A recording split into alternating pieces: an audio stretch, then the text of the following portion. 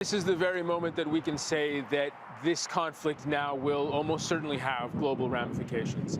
The energy sector in this part of the world, Qatar with its liquid natural gas, Saudi with its massive oil exports, really every country in this region is in some way intrinsic to the global energy market. The Strait of Hormuz, of course, 20% of the world's energy goes through that strait. That is in peril now. This is the moment. 3 days into this conflict, it was already a certainty that this would have some kind of ramifications, but the global ramifications that will be felt by people all over the world when they're fueling their cars, when they're beginning to pay their bills, we can mark this as the moment where that begins. Yeah, and this is I think it's safe to say, is one of the worst case scenarios for Gulf countries, Qatar and Saudi Arabia included.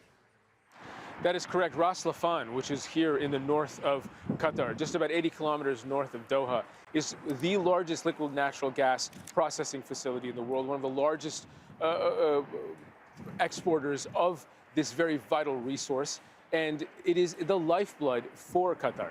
It is the reason that Qatar is able to have all of the projects that it funds. It is the primary source of income, of making this country able to operate in any sort of capacity. So this hits at the core of this country's ability to run its economy. And that's the case for Saudi Arabia with its Aramco facility. And it is the case with Oman for its ports. It is the case with every country where they are now attacking not only civilian airports, but energy infrastructure. They've been attacking civilian infrastructure as well. This is really a widespread retaliation.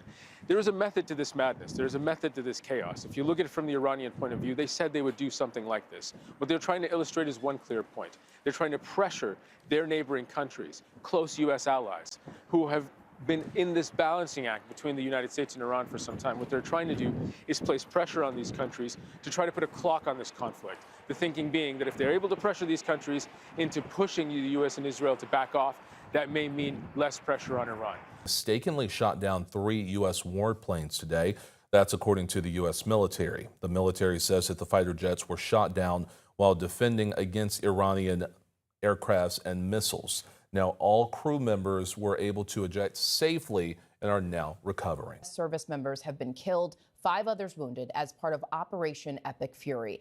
This coming amid growing turmoil in the Middle East as the U.S., Israel, and Iran trade fresh strikes after the killing of Iran's supreme leader. Iran targeting Israel and U.S. allies in the Gulf. Israel says 8 people are confirmed dead after a missile barrage there, and the United Arab Emirates is reporting 3 dead. Neighboring Arab countries are on high alert as protests break out at U.S. embassies and consulates. Tear gas was fired as protesters gathered outside the U.S. Embassy in Baghdad. And in Pakistan, several people were killed. We have extensive team coverage in the region and here in the U.S. But we begin with ABC News Chief International Correspondent James Longman in Istanbul, Turkey, with the very latest on this major escalation. James, we are just getting word of these first American casualties. What can you tell us about the American service members that were killed? Yeah, that's right, Janae. The stakes in this conflict are just being raised every moment as this war continues and seems to spiral. We have a statement from CENTCOM, U.S. Central Command, saying as of 9:30 a.m. Eastern, March 1st, 3 U.S. service members have been killed in action and 5 are seriously wounded as part of Operation Epic Fury.